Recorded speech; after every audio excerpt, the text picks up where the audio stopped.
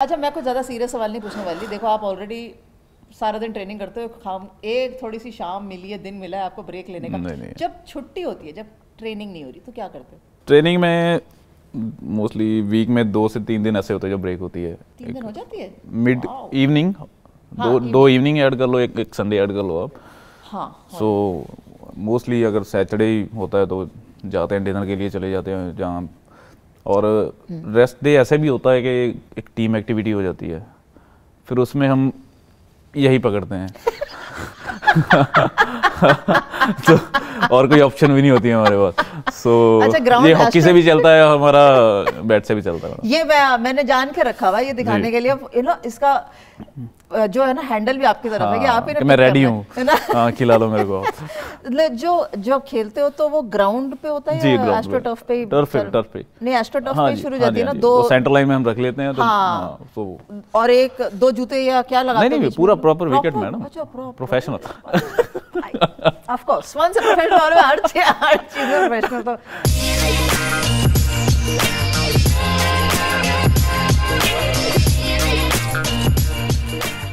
Captaincy का जो role है जी, मैंने श्री से भी पूछा था, मैंने कहा श्रीजेश कितना फर्क पड़ता है कि एक कप्तान जब होते हैं हॉकी टीम में, क्योंकि मैं इसलिए पूछ रही हूँ क्योंकि क्रिकेट का कप्तानी हॉकी की कप्तानी में थोड़ा सा फर्क है, लेकिन ये हमें लगता है क्योंकि हर सेकंड डिसीजन नहीं लेना ना। लेकिन आप क्योंकि आप उस रोल में हो, तो आपको क्या लगता है कि कितना रोल प्ले होता है कप्तानी का? सबसे पहले तो जो मेन रिस्पॉन्सिबिलिटी स्टार्ट होती है, चाहे वो ऑफ फील्ड की बात करूँगा, क्योंकि जो हमारी एक बॉन्डिंग है, एक कनेक्शन है एक दूसरे के साथ, वो हमारा यहीं से शुरू होता है। तो जब फील्ड पे जाते हैं तो वो चीज़ बाद में दिखती है, पर of the field I think बहुत इंपॉर्टेंट रहता है हमारा रोल, कि आप सभी से कनेक्ट हो रहे हो, सभी से बात कर रहे हो, कोई प्रॉब्लम है हर चीज़ शेयर कर रहे हो आप, पर्सनल है तो फैमिली के बारे में बात कर रहे हो, तो वो चीज़ आपको कनेक्ट करती है। तो वो आई थिंक जब आपको ये किसी भी प्लेयर की हिस्ट्री पता है, बैकग्राउंड पता है कि कहाँ से कैसे आया है वो आप जब इमोशनली अटैच होते हो तो वो बहुत आई थिंक वो हेल्प करता है टीम को। तो सेम ऑन द फील्ड भी यही होता है, जो रिस्पॉन्सिबिलिटीज़ होती हैं। ऑफ कोर्स जब टीम जाती है, प्लानिंग रहती है, सारा कुछ सबको बताया जाता है, बट बोलते हैं कि सभी हर एक दिन सबके लिए अच्छा नहीं होता है। तो वो उस चीज़ को आई थिंक ऐसा नहीं कि मैं अकेला संभालता हूँ। आई थिंक जो हमारी टीम है एक दूसरे को लेकर चलती है। तो अगर कोई प्लेयर डाउन भी जा रहा है, तो अच्छा नहीं खेल पा रहा है, तो उसको साथ में रखती है, उसकी कवर अप गलतियाँ जो कवर करनी है और उसको मोटिवेट करना, उसको अच्छे से कम्युनिकेट करना कि इट्स ओके ना, अपना नेक्स्ट चीज़ पे फोकस करें। तो ये सारी रिस्पॉन्सिबिलिटी आई थिंक कुछ एक्स्ट्रा नहीं। जब आपने शुरू किया था, ऑब्वियसली फर्स्ट स्पोर्ट नहीं था, एकदम से खेलना शुरू नहीं किया था, हमने तो हिस्ट्री ज्योग्राफी सब पढ़ रखी है, लेकिन जो आज भी देखेंगे, आने वाले 10 सालों में, 15 सालों में भी देखेंगे, वो ज़रूर जानना चाहेंगे कि आप फर्स्ट चॉइस तो हॉकी नहीं थी, लेकिन आपने शुरू कैसे किया और इतने बढ़िया गोल स्कोरर कैसे बन गए? स्टार्टिंग आई थिंक मैं बहुत जब छोटे थे तो साइकिल पकड़ के जाना, उधर कोई भी ग्राउंड अवेलेबल थी वहाँ पे स्कूल में, तो volleyball and 100 metre sprint, football और बास्केटबॉल कुछ भी मिलता था। हाँ, पढ़ाई तो भजना। हाँ, फील्ड में भाग रहे थे। तो बिल्कुल सारी स्पोर्ट्स में इंटरेस्ट था। तो जब 6th क्लास में था मैडम मैं, तो वहाँ से सेमेस्टर वाइज हमारे जो एग्ज़ाम होते हैं, तो फर्स्ट सेमेस्टर के बाद हमें बुलाया गया कि जो जिसमें इंटरेस्टेड है आप प्लीज़ आ जाना इस डेट को। तो उस टाइम आई थिंक कोई भी नहीं आया, तो हम 3-4 लोग थे, तो वहाँ पे हमें हॉकी के कोच मिले और आई थिंक वहाँ से मेरी जर्नी शुरू हुई एक्चुअली। पर आप इतने बढ़िया, ऑफ कोर्स मैं नंबर्स ऑफ गोल स्कोरिंग पे बाद में आऊँगी, लेकिन getting into the Indian team skill तो एक इम्प्रूव करने की ज़रूरत थी, या उस पर स्पेशलाइजेशन लाने की ज़रूरत थी। तो आपने अपनी जो स्किल है ड्रैग फ्लेक, या ड्रैग फ्लेक से पहले मैं समझती हूँ स्कोरिंग गोल, और वहाँ तक आने का जो जर्नी था वो डिसाइड कैसे किया? किसी ने तो नहीं बोला होगा कि आज आप ऐसा करो, आज आप गोलकीपर बन जाओ, कल आप डिफेंडर बन जाना, परसों ऐसा करो मिडफील्ड खेल लो, ऐसा तो नहीं होता? मेरी एक्चुअली जर्नी ऐसे शुरू हुई मैडम, ऑनेस्टली, क्योंकि मैं स्टार्टिंग में फॉरवर्ड था, फिर मिडफील्डर आया, देन फिर डिफेंडर हो गया। सो एज ए पीछे आके खेल, हां पीछे ठीक है, तो थोड़ी देर बाद गोलकीपर तो नाली खड़े हो जाएंगे। आज श्री भाई को कभी कभी बोलता हूँ यार, थक जाओ तो बता देना, मेरे को भी थोड़ा ब्रेक मिलेगा। वो नहीं मानेंगे, उनको पता है भागना पड़ेगा। तो यही से ऐसे मैं पहले स्टार्टिंग में फॉरवर्ड था, एंड जब अकेडमीज में थे तो आई थिंक वहाँ पे हॉकी इंडिया लीग शुरू हुई थी स्टार्टिंग में ही, 13-14 की बात है जो। तो वहीं पे जो फॉरनर्स को देखा, अपने जो इंडियन प्लेयर्स थे, ड्रैग फ्लिकर थे जो कैम्प में थे, और वो जब भी आते थे उनसे बात करना, उनसे सीखने की जो चाहत रहती थी कि यार हमें भी सीखना है। तो वही एक्स्ट्रा सेशन, सुबह ग्राउंड से पहले उठ के चले जाना, और जब सभी अकेडमी से लड़के आते थे फिर उनके साथ प्रैक्टिस करनी। तो धीरे धीरे बस ऐसे मैडम जर्नी शुरू हुई मेरी। अच्छा, जब हम किसी क्रिकेटर से पूछते हैं ना कि 2 बजे का टाइम है प्रैक्टिस करने का, 3 नॉर्मली प्रैक्टिस दिल्ली में 3 से शुरू हो जाती है, 3 बजे से गर्मियों में तो 7 साढ़े 7 तक चलती है।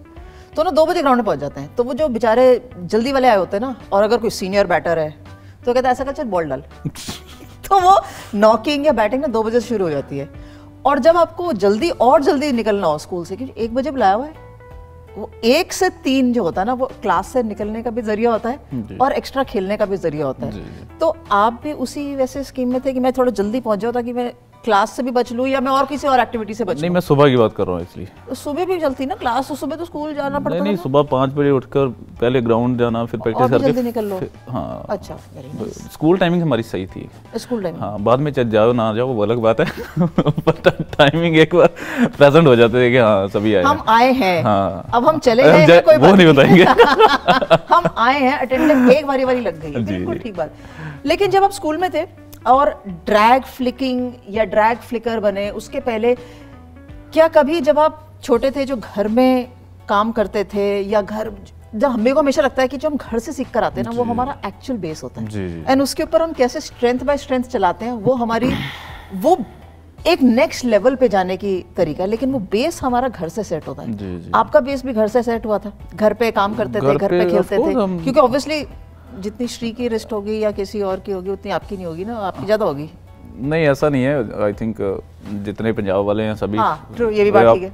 फार्मर घर से आते हैं, सभी फार्मिंग में इंटरेस्ट रखते हैं। तो जब छोटे थे, बच्चे थे और डैड के साथ बिल्कुल जाते थे, हर काम किया हुआ है। वो तो बहुत जरूरी है, सबसे ज्यादा मजा भी आता है। जी बिल्कुल, वो आज भी बोलते हैं कि कोई भी काम सीखो, आई थिंक कभी ना कभी आपको जरूरत पड़ सकती है, अगर हर काम आपको आना चाहिए। तो उस टाइम करते थे, बट जब एक्चुअली मेरी जो ड्रैग फ्लिक की नॉलेज है, आई थिंक वो जब मैं जूनियर कैंप में आया था दिल्ली में 2013 में, तो हरिंदर सर थे उस टाइम, तो हमारे फर्स्ट कोच थे वो। तो आई थिंक उन्होंने जितना हम पर काम किया है, जो हमें वर्क करवाया, वो आज तक वो साथ दे रहा है। और आई थिंक हमें याद है कि नेशनल स्टेडियम हम होते थे और जितने भी ड्रैग फ्लिकर थे उनको चाहे डंबल और चाहे पत्थर पकड़ा देना कि हाँ भाई इसको लेके आपने 1 घंटा रनिंग करनी है। तो वो चीज़ें अभी याद आती हैं कि हाँ वो हेल्प की हैं, वो चीज़ें जो उन्होंने सिखाई हैं, और प्रैक्टिस करते रहना कंटिन्यूसली, वो ग्रिप में मदद करता है। बिल्कुल। एंड ऑफ कोर्स क्योंकि हॉकी स्टिक तो लाइटर होती है, तो उसको तो आप वील्ड कर सकते हैं, हिला सकते हैं, लेकिन जब वजन आ जाएगा तो आपका पकड़ मजबूत हो जाती है। ड्रैग फ्लिक में ऐसा है कि आपकी बिल्कुल फॉर्म आपकी जो स्ट्रेंथ है वो तो चाहिए, पर उसके साथ आपकी फ्लेक्सिबिलिटी, आपकी बैक स्ट्रेंथ एंड जो बॉडी पोजीशन है, बॉडी कंट्रोल आपका बहुत इंपॉर्टेंट है उसमें। तो वो चीज़ें भी काउंट होती है। तो उसके लिए अलग अलग जो एक्सरसाइज होती है हम फॉलो करते हैं, जिम में भी फॉलो करते हैं उसके साथ कि स्ट्रेंथ ऐड हो जिसमें से।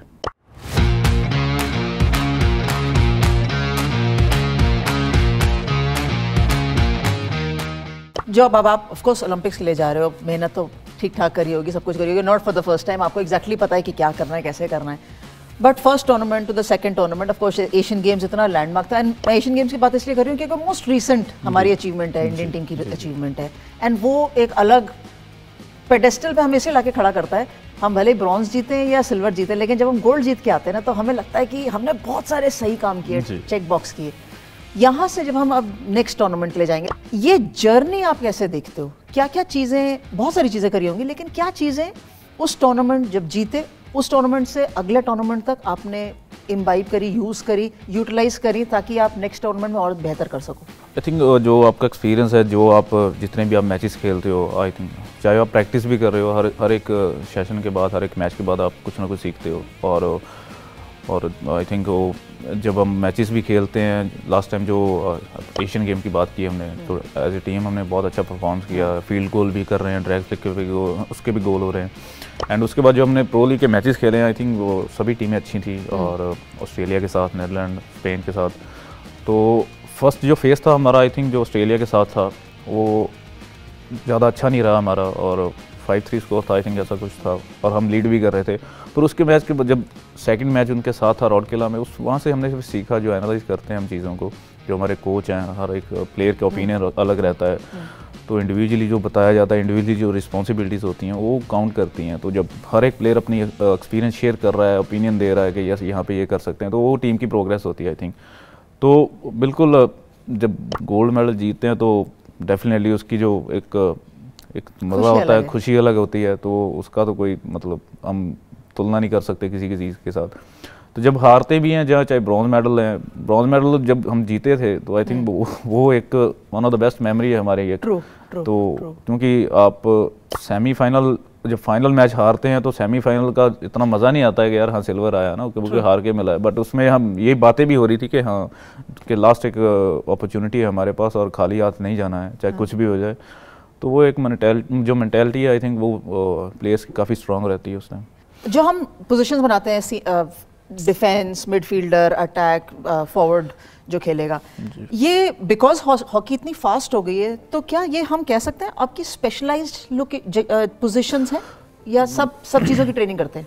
नहीं मैडम, एक्चुअली सब चीज़ की ट्रेनिंग होती है। अगर आप डिफेंडर हो तो डिफेंडर में भी आप सेंटर डिफेंडर हो, जहाँ आप राइट हाफ खेल रहे हो, लाइन पे खेल रहे हो, उसमें भी वेरिएशंस आ जाते हैं, क्योंकि दोनों का डिफरेंट रोल रहता है। तो सेम अगर आप मिडफील्डर हैं, उसमें भी डिफेंसिव मिडफील्डर है, अटैकिंग मिडफील्डर है, देन फॉरवर्ड आता है। तो उसमें भी वेरिएशंस होते हैं कि प्लेयर अगर जैसे फॉर एग्जांपल ओलंपिक में हम 16 प्लेयर लेके जा रहे हैं, 16 में आपको हर एक पोजीशन पे पांच डिफेंडर लेके जाएंगे, 5 आप मिडफील्ड ले गए और फॉरवर्ड ले गए और एक गोलकीपर रहेगा। और उसमें अगर इन केस कुछ होता है, ऊपर नीचे होता है, तो वो चीज़ देखी जाती है प्लेयरों में कि कौन डिफेंसिव मिडफील्डर अटैकिंग मिड में भी बैठ रहा है, अटैकिंग मिड फॉरवर्ड में भी खेल सकता है, जो फॉरवर्ड लाइन में वो डिफेंस में भी खेल सकता है। तो सभी चीज़ों की प्रैक्टिस होती है इसमें। गोलकीपर आपने बोला एक जा रहा है, एक ही, बैकअप कभी नहीं जाता? नहीं, बिल्कुल वो जाएंगे, बट जैसे लास्ट टाइम जैसे कोविड की वजह से थोड़ा 18 प्लेयर हो गए थे और 2 स्टैंड बाय थे, टोटल 20। तो स्टैंड बाय के रूप में जा सकते हैं? स्टैंड बाय के रूप में जाते हैं मैडम, एक गोलकीपर जाता है तो एक ऑलराउंडर प्लेयर जाता है। हाँ, बट हम जब 16 की टीम बनाते हैं उसमें गोलकीपर एक ही रहता है। गोलकीपर एक ही रहता है। बड़े मुश्किल है, आसान नहीं है। चलो थोड़े हल्के फुल्के सवाल भी पूछते हैं। अगर मैं आपको बोलूं कि आप वापस जाके कुछ साल पहले चले जाओ और अपने यंगर सेल्फ को एक एडवाइस देनी हो कि ऐ कर लेता तो इत्थे पहुंच जाता, हो सकता है ऐसा कि जरूरत नहीं है वो जो मैं यंगर हरमन कर रहा था मैं ठीक हूं? आई थिंक हर एक टाइम का एक अपना मज़ा होता है। Correct. वो आई थिंक सभी ने अच्छे से स्पेंड किया है, चाहे वो एकेडमी लाइफ है, चाहे स्कूलिंग लाइफ है, कॉलेज लाइफ है। तो आई थिंक जो मेरी जर्नी रही है बहुत अच्छी रही है, मैं खुश हूँ इससे। वैसे कमाल की बात है कि मेंस हॉकी टीम का कप्तान हरमनप्रीत है, इंडियन विमेंस क्रिकेट टीम की कप्तान हरमनप्रीत कौर है। तो मतलब ये हरमनप्रीत ही हरमनप्रीत में हो रखा है, सब हर के मन में बैठ रहे हैं, हर के मन में बैठ रहे हैं और हर जगह हरमन ही है, हरमन प्यारे हो गए। हमने उनको बोला, हरमन को बोल रखा है तूने हिंदुस्तान का झंडा हर जगह जाके फहराना है, आपके लिए भी यही है, आपने भी हर जगह फहराना है। अब देखो हरमन रिस्पॉन्सिबिलिटी कितना बढ़िया, वैसे कोइंसिडेंस भी है और फॉर्चुनेट चीज भी है। जी जी, आई थिंक हम पंजाब में मिले थे जब आई थिंक हमारा ज्वाइनिंग था। करेक्ट। तो उस टाइम जो सीएम थे हमारे, उन्होंने उस दौरान हम मिले थे, हम थोड़ी बातचीत हुई थी उनसे फर्स्ट टाइम। मोगेज रहंदी है, मोगे दी कुड़ी है, मोगे दी कुड़ी है। जी जी।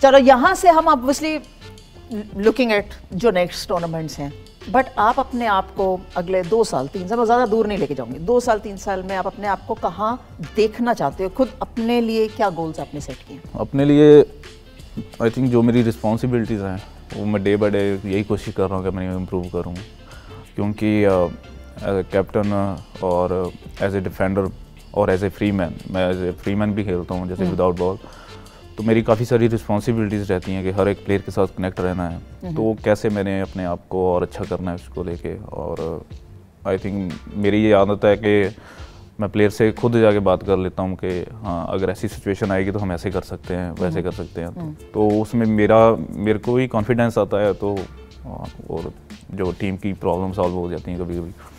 तो मेरा यही गोल है कि अपनी बेस्ट हॉकी खेलूँ जितना भी मेरे पास टाइम है, और अपने आप को पुश करूँ। और आई थिंक जो मैं करता आ रहा हूँ, चाहे वो ड्राइव फील्ड की बात हो, चाहे डिफेंडिंग की बात हो, कि जब भी मेरे ऊपर कोई रिस्पॉन्सिबिलिटीज़ आए और मैं निराश ना करूँ अपनी टीम को, और मेडल पे मेडल,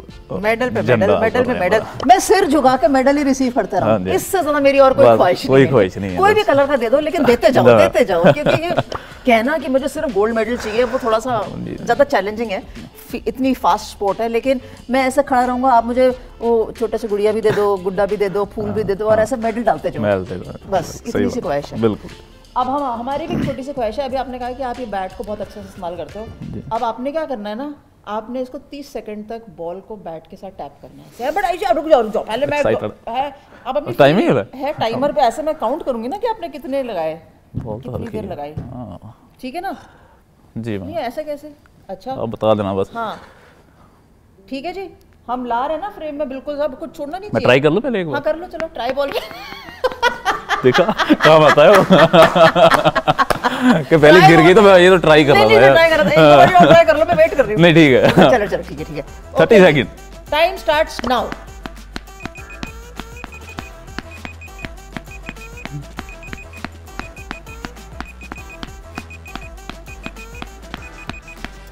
कितना हो गया बैट? ये टेबल आ गया ना? हाँ। मैडम मेरी गलती नहीं है। नहीं टाइम बता दो। बस 25 हो गए, होने वाले हैं। आए बस अभी हॉकी वाला स्किल भी है मैडम? 25 हॉकी वाला स्किल आ गया ना मेरा? नहीं मैं तो स्किल तो मैं आपका हॉकी वाला ही देख रही थी कि कौन सा वाला आ रहा है। बहुत बढ़िया, एक्सीलेंट। काउंटिंग में इसकी थोड़ी सी इधर हो गई, वो माइनस टेबल मैं जोड़ दूंगी उसके अंदर। मैं चेक करूंगी ना कि अब दिखाना उतना ही मजा नहीं आता कि किसी और जब छुट्टी हो, ये छुट्टी ना भी हो या कम से कम दूसरे गेम जो देखते हो तो मजा नहीं आता। कितना अलग है ये स्पोर्ट, और ये अलग, चाहे वो एथलेटिक्स हो, चाहे वो क्रिकेट हो या कोई भी हो, खेलना बिल्कुल खेलते हैं। जब बेंगलोर में रहते हैं तो जैसे मैंने बताया कि क्रिकेट खेल लिया, फुटबॉल खेल लिया, वॉलीबॉल खेल लिया। वॉलीबॉल तो हमारा पूरा हाई इंटेंसिटी पे मैच होते हैं हमारे। अच्छा जी, तो काफ़ी इंजॉय करती है टीम जब भी। ब्लॉकिंग और अभी वहाँ पे भी आप ब्लॉक करते हो या वहाँ पे मारने वाला काम कभी तो दे दो?